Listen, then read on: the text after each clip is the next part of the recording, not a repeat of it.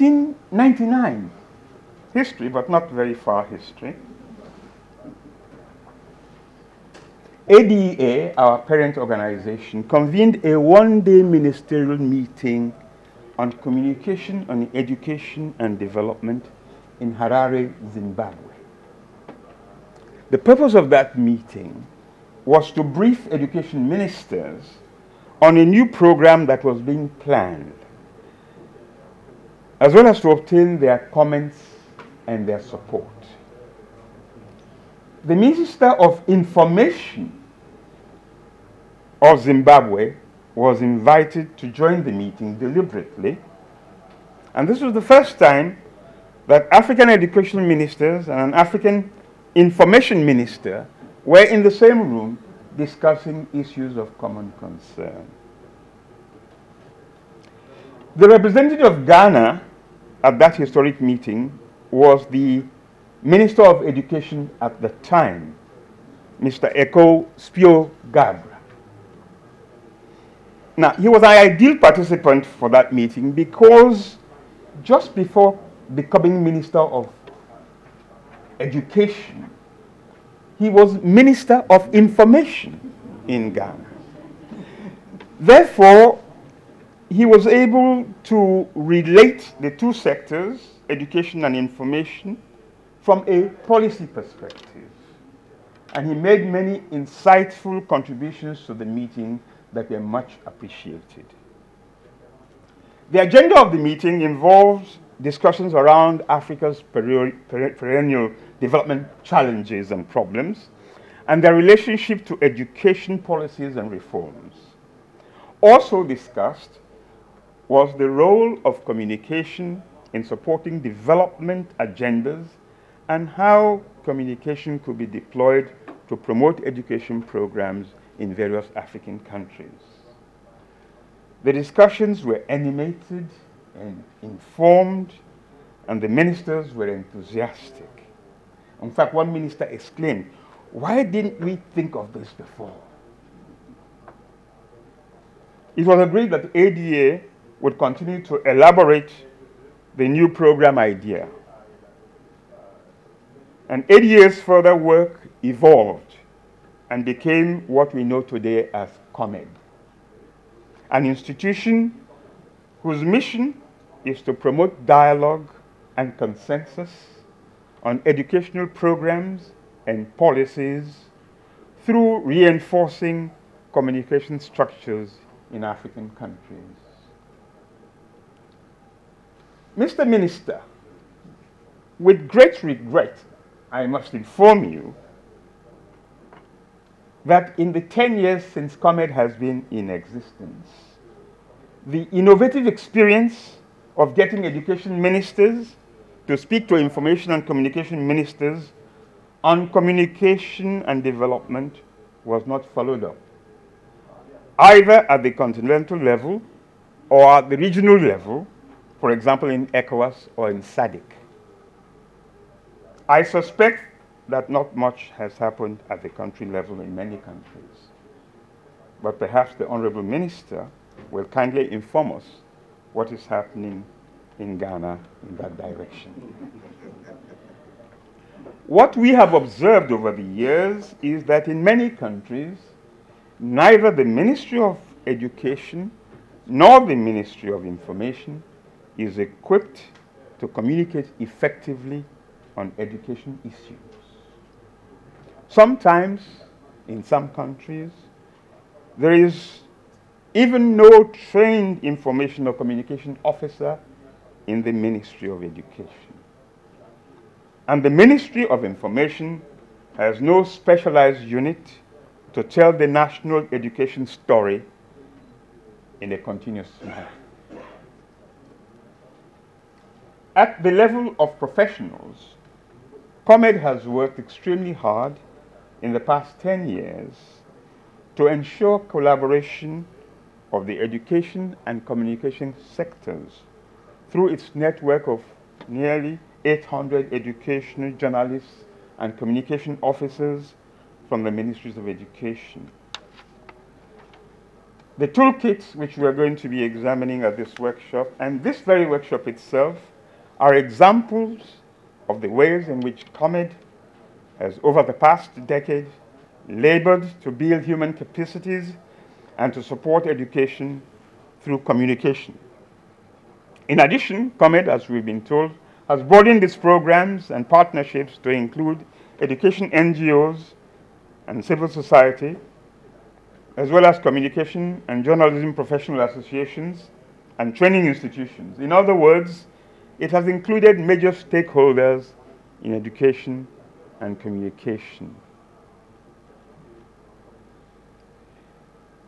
You know, I heard the president of the Ghana Journalists Association talking about some of the difficulties that journalists have in behaving properly vis-a-vis education issues. I'm very pleased that there is some soul searching and mea culpa. The fact of the matter is that education can sell newspapers. We know it. We have evidence of it through the work that COMED has done.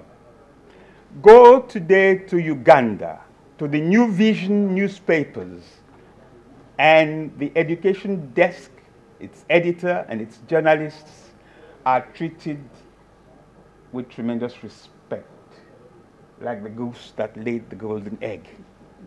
Because education is selling that newspaper and has been over the last 3 to 5 years. It is absolutely not true that development stories are not interesting. I think poor journalism is not interesting. Even when it deals about the peccadillos and the foibles of great people in society, including politicians, it can get boring if it is not well done. We know that there is good development journalism in Africa. All you have to do is go on the web, look for IPS, Intrapress Africa. Read their stories on development issues from water to gender to climate change negotiations to the impact of economic policies on agricultural development. You will learn so much, and it is written in the best journalistic style. It grabs you. Human interest stories well written on any topic will be of great interest and will be read by anybody. So what we need is not a move away from development journalism. It's a move to get our journalists to be better trained to write the story of African development in an engaging and professionally competent manner. Competence is the name of the game. School feeding as a program. We have in this room somebody who won an award for writing a feature story on how the government of Lagos State was introducing feeding into its school system. It was an engaging story, and it won an award out of more than 700 applications and entries.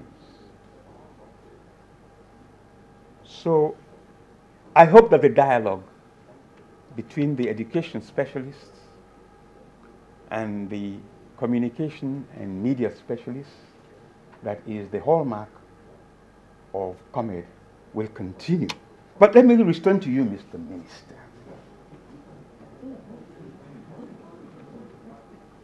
In spite of the success which COMED has become, we still have not had the kind of policy level input for moving the actions of COMED to a higher level of effectiveness. That policy level will come about from institutionalizing at the national or regional level a cross-ministerial framework for development dialogue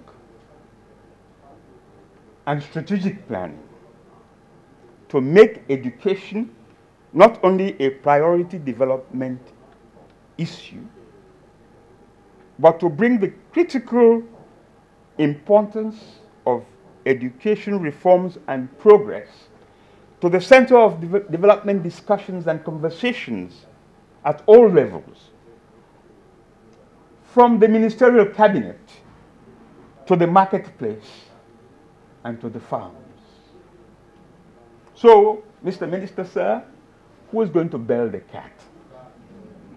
Who will take the first step? Sir, may we humbly suggest that you now have a historic responsibility, in addition to your many, many responsibilities. Your presence here today, sir, should not be regarded as merely a formality. Nothing in our universe is by chance. We therefore request you, sir, to seize this political and social opportunity to change the status quo by directly engaging your colleague, the Minister of Education, so that jointly you can propose to your cabinet colleagues and to the government of this great country a program to capitalize on the importance of what information and education can do together to galvanize development in Ghana. But I'm not finished yet, sir. Because you remember, sir, in January of this year, you and I were in Abuja at the ECOWAS Conference of Ministers in charge of information and communication. So my further request, sir, is that after you have dealt with Ghana, you will now go to the ECOWAS level.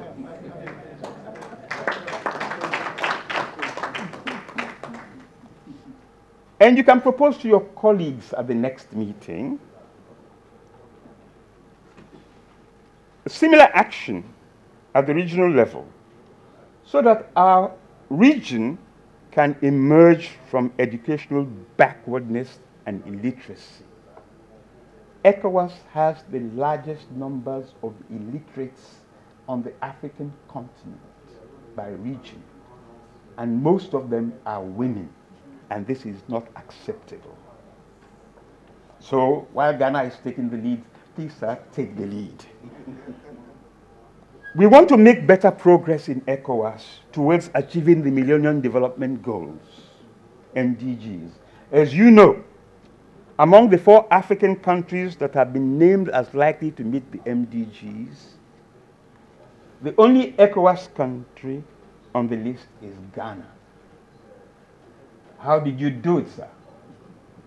You have to share your secrets to your colleagues in ECOWAS.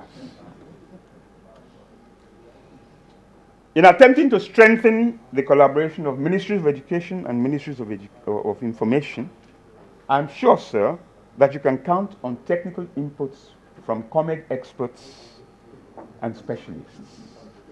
We on the steering committee know that COMED has come a long way in 10 years.